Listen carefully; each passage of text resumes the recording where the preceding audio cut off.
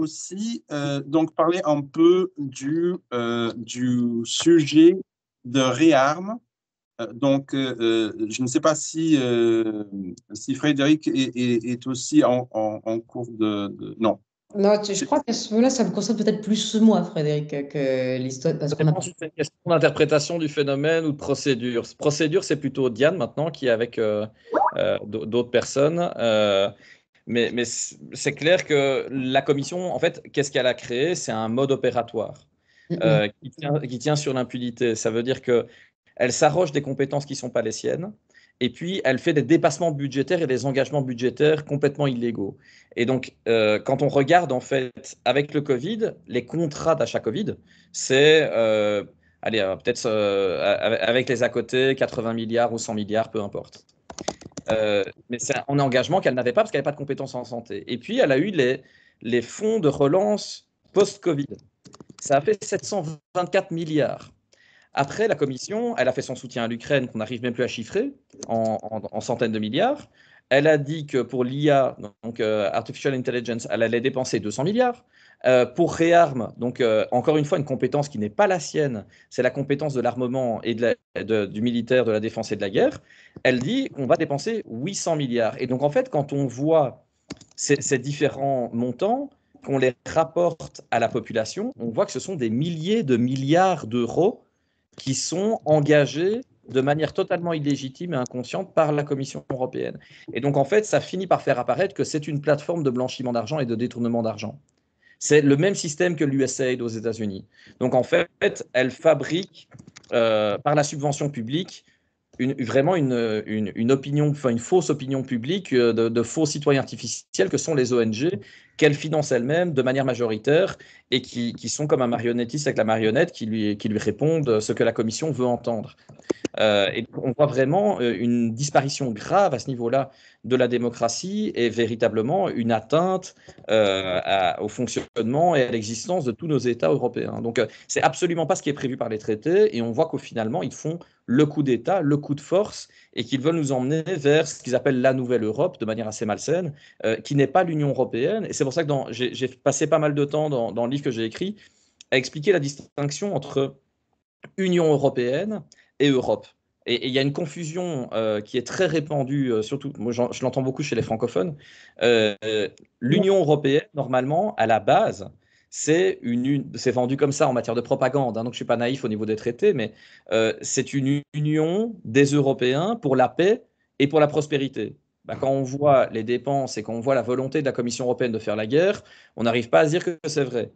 C'est une reconnaissance de l'enrichissement au travers de la culture, au travers de beaucoup de choses, au niveau continental. C'est une évidence que les Belges, les Français, les Italiens, les Portugais, on s'entend très bien, on vit très bien chez les uns chez les autres quand on doit se déplacer, on n'a pas de problème de paix entre nous ni de culture.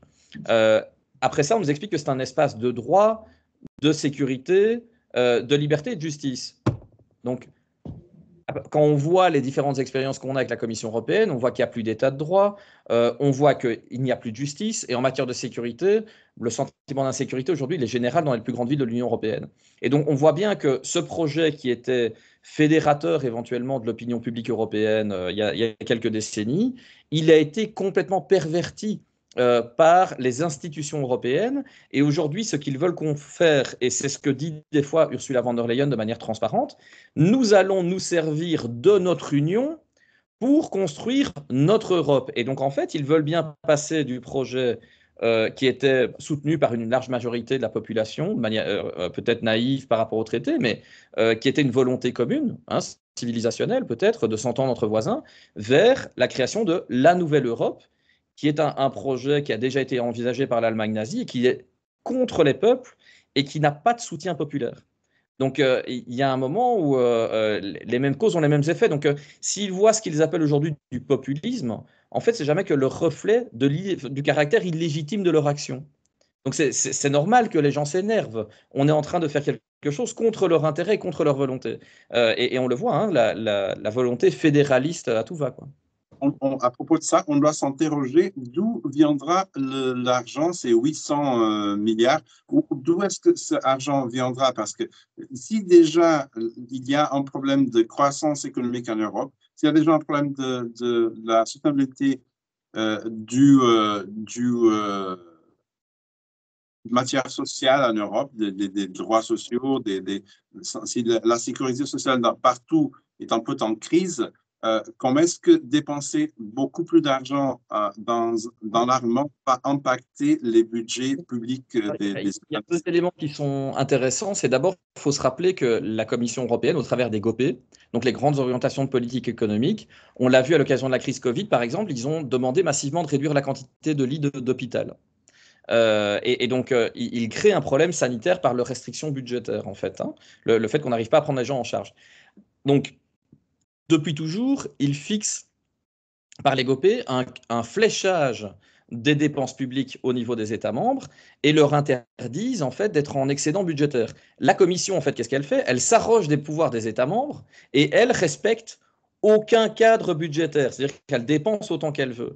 Et en fait, pourquoi elle peut le faire? C'est qu'elle rendra de toute façon les États responsables à sa place, donc c'est déjà intéressant, mais en plus, elle a deux mécanismes qui sont soit l'impression monétaire, donc on va imprimer de l'argent, ça veut dire massivement déposséder tout le monde, et quand la situation sera intenable, on passera au volet fiscalité. Ça veut dire là, c'est plutôt le racket direct des gens. Donc la pression monétaire, c'est pas très palpable, c'est l'argent qu'on a dans la main qui perd sa valeur. Donc en fait, c'est une perte de pouvoir d'achat. Et d'ailleurs, dans les sondages, c'est ce qui intéresse les gens, leur pouvoir d'achat. Donc en fait, c'est l'impression monétaire. Et de l'autre côté, la fiscalité qui est déjà tellement confiscatoire en France et en Belgique et dans d'autres pays qu'on ne peut plus la monter. Donc c'est un peu le modèle de la faillite. Hein. J'ajouterais une chose, c'est que sur ces financements des 800 milliards, bon, l'argent, bon, c'est une chose. Mais ce qui est vraiment mis sur la table, c'est la mutualisation des dettes. Et c'est ça qui est très important. Parce que la mutualisation des dettes, ça peut être pour faire la guerre, ça peut aussi être pour faire je sais pas, dans le réchauffement climatique, pour lutter par exemple pour le réchauffement climatique. Il y a eu une grande question de la construction fédérale, c'est la mutualisation des dettes, et auxquelles les Allemands se sont toujours opposés. Mais il semblerait, en tout cas moi c'est ce que j'ai lu, que le nouveau chancelier allemand commence à pouvoir être favorable à cette idée, mais pour lutter contre le réchauffement climatique. Donc, pour moi, je ne sais pas comment ça va se passer, puisque REARM, pour en parler un peu plus techniquement, mais entre le moment où ça a été annoncé au début du mois de mars, là, il y a des recours qui commencent à être faits, mais des recours citoyens devant les médiateurs européens, pas encore devant les tribunaux, parce que pour ce plan qui est annoncé de 800 milliards pour réarmer l'Europe, il y a encore une question, c'est l'urgence. Or, on se dispense de l'article 122, c'est Mme Ursula von der Leyen qui l'annonce, pardon, et elle dit que c'est urgent, et donc elle se dispense du Parlement. C'est ça. Donc, si ça devait être attaqué, les textes, ils ne sont pas encore là concrètement. Donc, pour le moment, vous pouvez pas... Le Parlement européen, il est toujours partie de la procédure décisionnelle en Europe. Donc, ça doit passer par le Parlement de toute façon. Normalement, ce qui est dit dans le projet qui avait été, si ça ne passe pas par le Parlement, si c'est en urgence parce qu'ils voulaient le faire le lendemain, eh bien à ce moment-là, il y aurait une vraie question juridique aussi de savoir si le Parlement européen a bien été associé. Mais à ce stade, les textes ne sont pas encore sortis, on est sur des annonces. Et si on doit faire une mutualisation des dettes, j'ai l'impression quand même que ça ne va pas forcément aller jusqu'au bout, puisqu'on a déjà des États européens qui commencent à dire qu'on n'a pas tous la même position sur le sujet de la guerre en Ukraine, et le président français, très bête en guerre, lui parle d'une coalition des volontaires, donc c'est déjà plus l'Union européenne. Donc, j'ose espérer sur cette question qu'il y a déjà une avancée, parce qu'on a commencé à le faire. Mais pour moi, un des sujets de REARM, au-delà de la question, parce que la guerre en Russie, excusez-moi, je ne crois pas, mais c'est un sentiment personnel sur votre chaîne, mais je me permets de le dire, je n'ai pas entendu qu'il y ait eu une déclaration de guerre contre l'Europe de M. Poutine. Et puis d'ailleurs, moi, je n'ai pas entendu dans mon pays qu'on ait fait, nous, la France, une déclaration de guerre. Alors c'est formidable. C'est une guerre qui n'existe pas qu'on fait quand même. C'est surtout, là encore, un problème de transparence. Mais nous avons une vraie difficulté. À mon avis, c'est le but. Et comme dit Péling, il y a déjà l'impression monétaire de rendre les gens pauvres. Ça, c'est pas la prospérité. Et deuxièmement, c'est à mon avis d'ouvrir l'idée d'une mutualisation des dettes. Et si c'est pas sur ce coup-là avec la guerre, ça sera peut-être avec le réchauffement climatique. Mais je crois que c'est un des points cruciaux de ce projet. Alors après, est-ce que nos dirigeants européens veulent vraiment faire la guerre avec la Russie ça paraît tellement aberrant. Là, on n'est pas un État membre de l'Union européenne, ni de l'OTAN. Donc, c'est très curieux. C'est assez particulier de dire qu'on est menacé par proxy, donc voilà. Mais il y a un autre conflit d'intérêt d'Ursula von der Leyen que j'avais relevé en écrivant, c'est le fait qu'elle ait été lobbyiste en fait pour le World Economic Forum, mais aussi pour le Munich Security Conference, donc MSC. Et en fait, MSC a des sponsors. Elle a des géants de la tech comme sponsors et elle a aussi Lockheed Martin. Donc c'est assez amusant de voir que il y a eu 2 mandats d'Ursula von der Leyen. Le premier, c'est plutôt l'aspect sanitaire, données de santé, traçabilité numérique, donc fin de la démocratie. Donc à peu près l'inverse de ce qu'elle a promis en arrivant, ou peut-être que c'est un langage pervers. Et maintenant, on va plutôt sur la question militaire. Et en fait, on voit que au final, ces 2 mandats auront servi à défendre les intérêts financiers des 2 principales sources de lobby qui l'ont soutenu dans son ascension au pouvoir. Donc, c'est pas tout à fait neutre. Hein. On a l'impression qu'elle est là, elle a été presque parachutée là, personne ne comprend. Elle est détestée. Mais bon, je demande parce que je ne suis pas sûr. Mais lors des scandales de Ursula, quand elle était ministre allemande, c'était plutôt les cabinets internationaux de conseil. Oui, de conseil, voilà, qui étaient servis et pas forcément les compagnies d'armement. Si, c'est ça. Mais à l'époque, donc le scandale, le SMS Gate allemand, c'est vrai qu'il y a une partie très importante sur comprendre en fait comment on modernise l'organisation de l'armée allemande et dans laquelle en fait on voit Ursula von der Leyen qui a mandaté en fait toute une série de cabinets de conseil avec une matérialité assez douteuse. Donc en fait on n'est pas certain que les prestations soient tout à fait en lien avec la facturation. Hein, donc été négocié par aussi et que ça disparaît. Qui est, en fait, les 2 affaires sont un peu liées. C'est que quand elle agit en tant que ministre de la Défense, donc elle négocie par SMS, et puis elle dit mon numéro de téléphone a fuité, donc le protocole de l'armée prévoit qu'on détruit mon téléphone. Donc qui organisait la fuite du numéro de téléphone, qui l'a identifié, c'est assez particulier. Bon, soit. Et après, elle déménage pour devenir présidente de la Commission européenne à Bruxelles. Et en fait, elle fait quelque chose qui est assez particulier, qui est qu'elle crée un appartement dans le Berlaymont. Vous pouvez retrouver les articles de l'époque. Donc, c'est la première présidente de la commission à vouloir se créer un logement de fonction à l'intérieur du Berlaymont. Et en fait, ce n'est pas complètement innocent. Parce que plus tard, donc, elle fera un 2e SMS Gate, celui d'Albert Bourla et de Pfizer, où elle renégociera encore par SMS en disant qu'elle a encore plus ses messages et puis on nous expliquera qu'elle a encore perdu son téléphone. Mais ce qui est intéressant, c'est que la police, qui normalement devrait pouvoir perquisitionner son domicile, ne le peut pas. Parce qu'elle est domiciliée au milieu du bâtiment de la Commission européenne. Et donc, vous avez vu l'histoire de... Voilà, bien. Didier Reynders, donc, qui est le commissaire européen à la justice, il est belge, je le connais, je vois très bien qui c'est. Didier Reynders, lui, il a été suspecté par la police de blanchiment d'argent au travers de faux tickets de loterie. Hein. La question de son immunité ne s'est naturellement pas posée parce qu'on a considéré qu'il était sorti du cadre de ses fonctions. Et il a été perquisitionné à son domicile. Juste un petit point sur l'immunité, j'en pense pas que ce soit pour les vaccins ou pas, mais en réalité, nous, ce que nous avions soulevé, c'est quand même une jurisprudence de la Cour de justice de l'Union européenne qui dit très bien que les fonctionnaires européens n'ont pas d'immunité si, dans leurs actions, dans le cadre de mandat, ils font des actes de blanchiment et de corruption. C'est-à-dire qu'au-delà du fait que le PPE ne lève pas l'immunité de Mme von der Leyen, il n'en demeure pas moins que quand on agit hors fonction, hors mandat, secrètement, parce qu'on bénéficie d'une immunité quand on fait les choses officiellement. Si en plus vous les faites secrètement, vous n'en avez pas.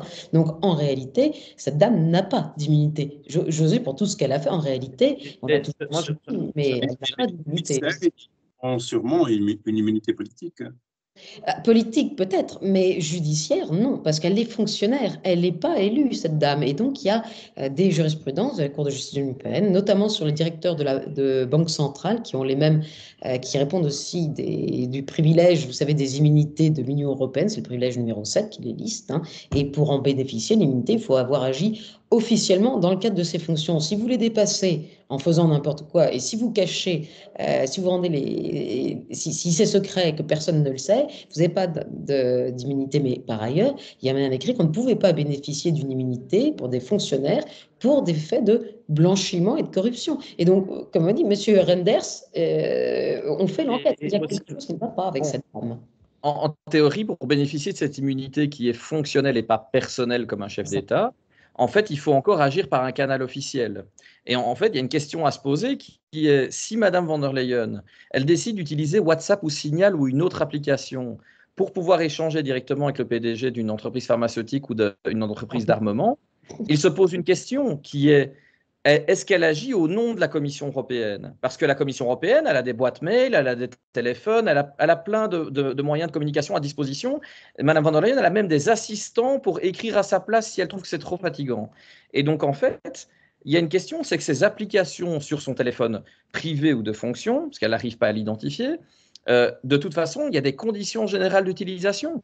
Les serveurs des applications utilisent ces données à des fins de profiling, à des fins commerciales. Et donc, ça veut dire que c'est un usage impropre pour diffuser ou échanger les informations essentielles de la Commission européenne. Donc, on voit bien que normalement, c'est la Commission européenne qui devrait signer les conditions d'utilisation de l'application.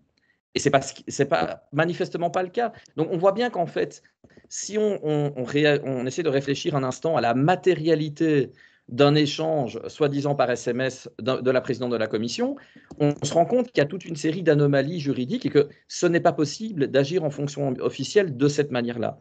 Et d'ailleurs, ça montre bien qu'en fait, les fonctionnaires ne doivent pas utiliser ce genre d'application pour prendre la décision publique. Donc, c'est une évidence qui découle de l'expérience qu'on a. C'est parce que quand on dit, bon, ils s'envoient des messages, on a l'impression que c'est un geste anodin, mais il faut vraiment aller comprendre comment ça s'est fait, avec quel support, quel appareil. Mais c'est pour ça que quand on disait tout à l'heure que finalement une partie de cette affaire, c'est de faire admettre une nouvelle jurisprudence qui dit que par définition, les SMS, il ne faut pas les enregistrer parce qu'ils ne contiennent rien, c'est l'argument, rien d'important, c'est l'argument de l'avocat de Madame von der Leyen. C'est une parenthèse, nous sommes quand même les seuls à l'avoir touchée, si je puis dire. Elle a été citée en tant que prévenue devant des juridictions pénales, son avocat est venu, celui de M. Bourla est venu, celui de Pfizer est venu. Enfin, c'est quand même quelque chose d'assez extraordinaire. Elle est même arrivée à la faire inculper parce qu'elle est passée devant la chambre de mise en accusation belge. Donc, elle acquiert le statut d'inculpée. Peut-être que prochain coup, mais elle est inculpée, si vous voulez. Et donc, cette affaire de dire que les SMS, c'est la demande de transparence, c'est pas aux fonctionnaires de choisir ce qui est important ou pas. C'est vous enregistrer, point, c'est tout. Et moi, je prends un téléphone. À la fin, si je le donne à ma secrétaire à la fin de la journée, elle ne va pas me dire que c'est compliqué de faire 4 captures d'écran. Et j'essaie de réfléchir juridiquement, même si elle a un téléphone personnel dans lequel elle appelle les PDG des multinationales, même si c'est vrai, si elle est chargée des contrats avec ces entreprises, il y a un conflit d'intérêts qui normalement serait couvert par soit l'immunité ou non, mais de toute façon, la responsabilité, ça fonctionne. C'est pour ça qu'on avait joint en fait à la prévention de corruption la prise illégale d'intérêt. Parce que si elle nous explique, comme nous l'a dit en audience, en fait, dans une audience à huis clos, l'avocate du PDG de Pfizer, que leur relation en fait est de l'ordre de la vie privée d'Albert Bourla, d'accord? Donc on comprend bien qu'il y a un problème. Ça veut dire que si elle négocie directement avec lui et qu'au final ça lui procure un avantage et qu'il acquiert l'essentiel du marché et qu'il gagne des dizaines de milliards, ça s'appelle de la prise illégale d'intérêt.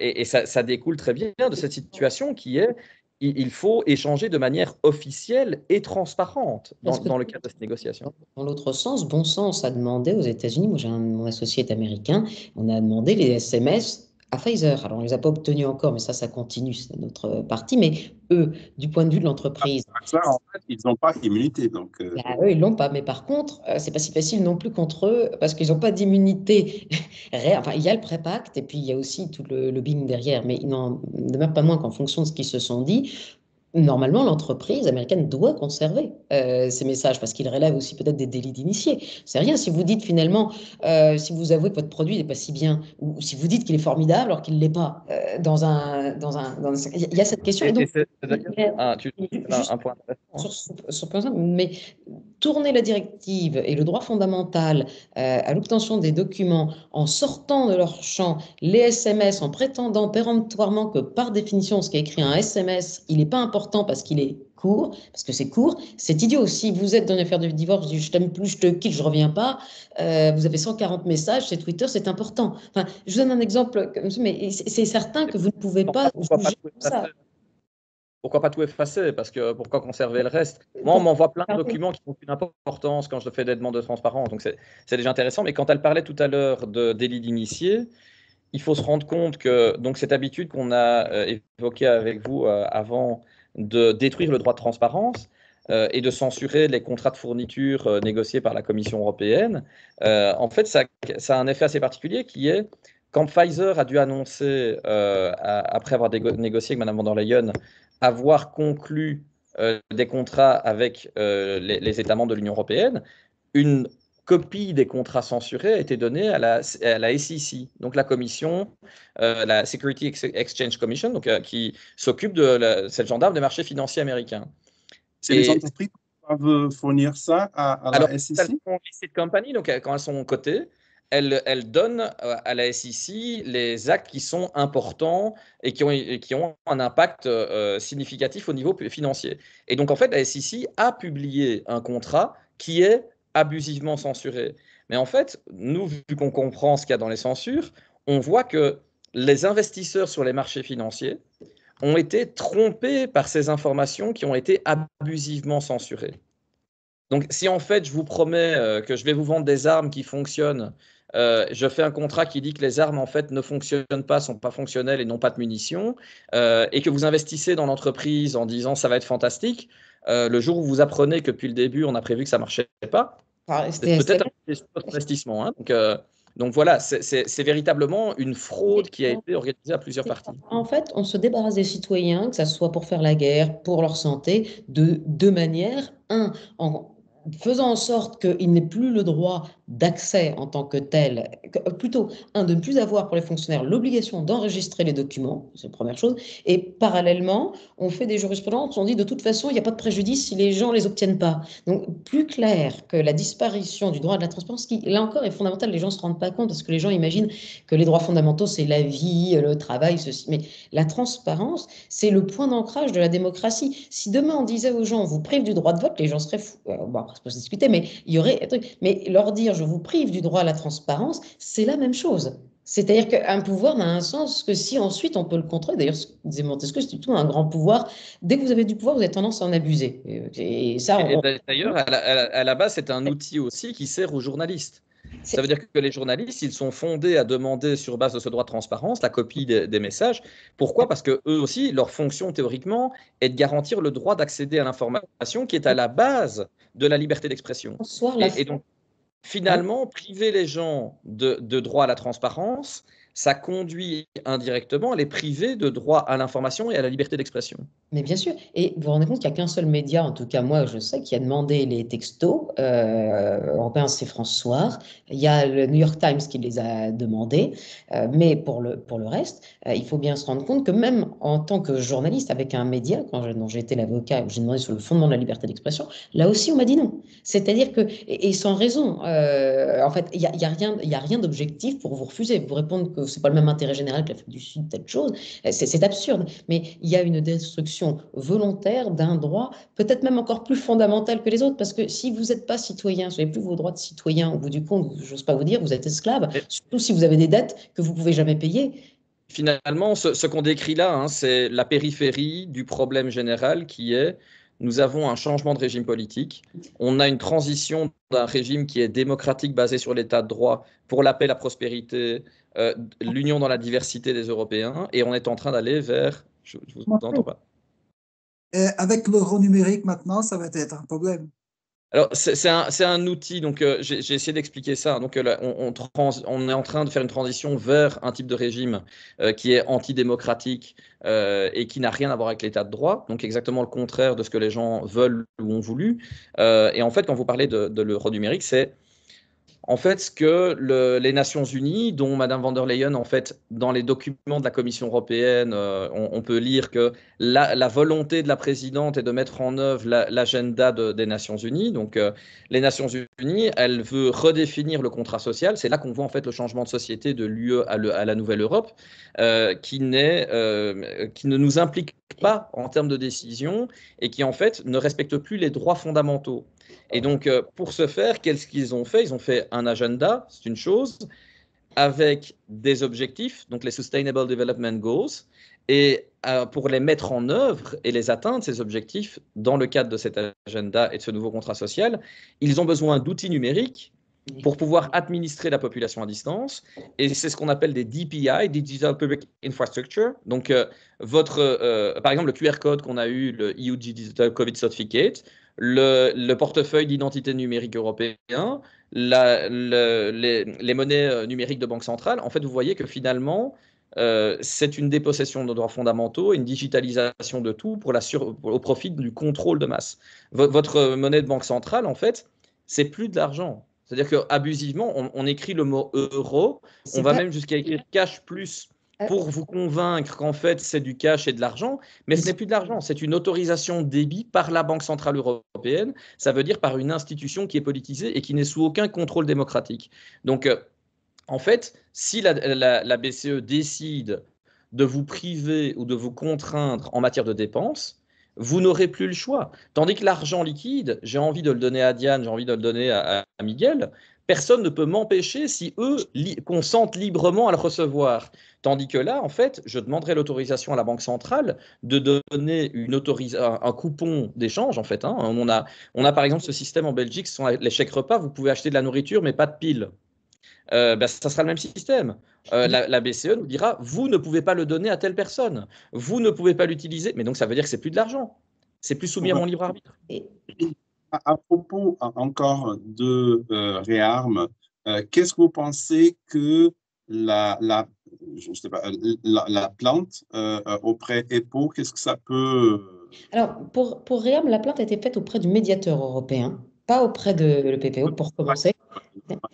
Alors, d'abord, l'association Bon Sens a appelé ses adhérents à porter plainte comme elle, et souvent les adhérents le font. Nous espérons être suivis par d'autres associations. Je crois quand même que c'est pour le moment la seule voie possible, puisque les textes ne sont pas encore passés, c'est effectivement d'interpeller la médiatrice européenne sur le fait que c'est un cas de mauvaise administration, de nouveau de la part de Mme von der Leyen. Plainte préventive. C'est ça. Et lui demander d'ores et déjà d'enquêter. Et par ailleurs, dans cette plainte, il y a aussi quelque chose qui est très important, qui est même au-delà de rien, mais qui est mis, c'est que le président français, la France a la dissuasion nucléaire. Il y a un traité qui s'appelle le TNP, qui est le traité de non-prolifération des armes atomiques, un article premier qui dit que vous ne devez pas partager la bombe atomique avec qui que ce soit. Alors, quand on entend le président français qui dit qu'il va les mettre à disposition des Européens, voire de l'Union européenne, on change un paradigme de façon intense, parce que est-ce que l'Union européenne c'est différent, Diane. En fait, moi, je ne sais pas, je vous ai dit que j'ai travaillé à la Commission. En fait, j'ai travaillé dans le service des affaires extérieures de l'Union européenne et j'étais dans l'unité de contrôle d'armement. Donc, je sais un peu à propos de ça. En fait, ce que la France propose, c'est d'élargir la responsabilité pour l'utilisation des armes et pas de donner la technologie. Donc, ça, c'est déjà possible. Par exemple, tous les pays de l'OTAN sont sous la pression politique stratégique des États-Unis. Comme j'ai saisi l'IAE, je leur ai dit de façon plus subtile, j'ai voulu faire un peu large, donc je suis désolée, mais je vois très bien, c'est le mécanisme par lequel les Américains ont leur je vois très bien, mais j'aurais dû être peut-être plus précise sur les choses, mais en tout cas, c'est une vraie question. Parce que effectivement, on change quand même de paradigme, surtout dans le cadre d'un conflit où on n'est pas belligérant. C'est-à-dire qu'il y a quand même annoncé quelque chose. Donc, c'est quelque chose, et surtout, c'est une fuite en avant, si vous voulez. Et ça démontre, en plus, un problème aussi de pied d'égalité des Européens. Parce que si vous avez qu'un seul pays qui a une arme particulière, effectivement, est-ce que ça ne fait pas que les autres, ensuite, sont ramassés dans le cadre de décisions sur les questions de défense? Ça pose une difficulté dans l'égalité des pays européens dans le cadre des choix militaires. Il y a un problème entre ce qui est déclaré aussi oralement par les politiques et ce qu'ils font en vrai. On voit quand même, par moment, ils ont une tentation de dire on va céder le contrôle de bombes atomiques à des organisations internationales, finalement. Hein, pour dire si on doit la partager avec l'Union européenne, d'abord, est-ce que c'est légal de le faire avec une organisation internationale qui n'est pas un pays et est-ce que de ce fait-là, on ne contribue pas à la prolifération parce que ça veut dire qu'il y a de plus en plus de pays et d'organisations qui ont à disposition une bombe atomique. Donc c'est quand même assez particulier dans un pays, dans une institution qui normalement en plus est des pays qui sont censés œuvrer pour la paix. Hein. On a du mal à trouver pour le moment comment ils se conforment à cette mission qui est la leur. Ils veulent l'Ukraine dans l'Union européenne aussi. Ça, c'est un autre problème. L'adhésion de l'Union européenne, de l'Ukraine à l'Union européenne. C'est un autre. Mais je vais peut-être, malgré tout, pour revenir vraiment. Non, et puis, je veux dire, je vais peut-être pas trop tarder, je pense qu'on va le couper parce que j'ai un rendez-vous à partir de 17h, malgré tout. Mais moi, je voulais vous dire une chose.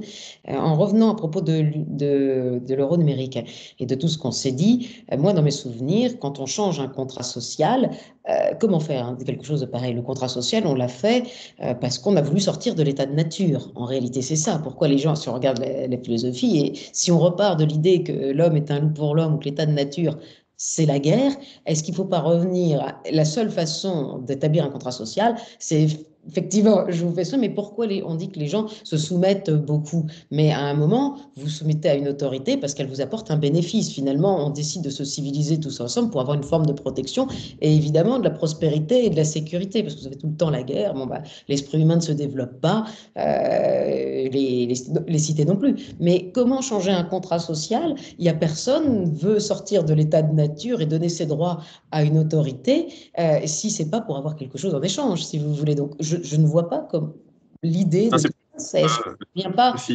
tout ce qui est mis en place, mais comment créer les conditions de la renégociation d'un contrat social qui est là depuis des siècles, c'est une vraie question. Je voulais juste terminer avec une dernière question à propos de Marine Le Pen. Il faut en parler. Je ne sais pas si vous êtes prête à donner vos avis, mais de toute façon, je vais demander. Parce qu'en fait, à propos de Marine Le Pen, elle est identifiée comme ne pas étant la première a été ciblée par là, dans le cas des autorités françaises, mais au nom d'une plateforme globaliste de pouvoir et de gestion du pouvoir. On pourrait aussi parler, bien sûr, de Georgescu à la Roumanie et le problème que les tribunaux de la Roumanie ont créé avec l'annulation des élections en Roumanie. Et en fait, qui a été critiqué même par les États-Unis. Donc, comment est-ce que vous, en tant qu'avocat, en tant qu'activiste, est-ce que vous voyez ce que ça a été fait à propos dans ce cas du procès de Marine Le Pen? Je ne sais pas s'il y a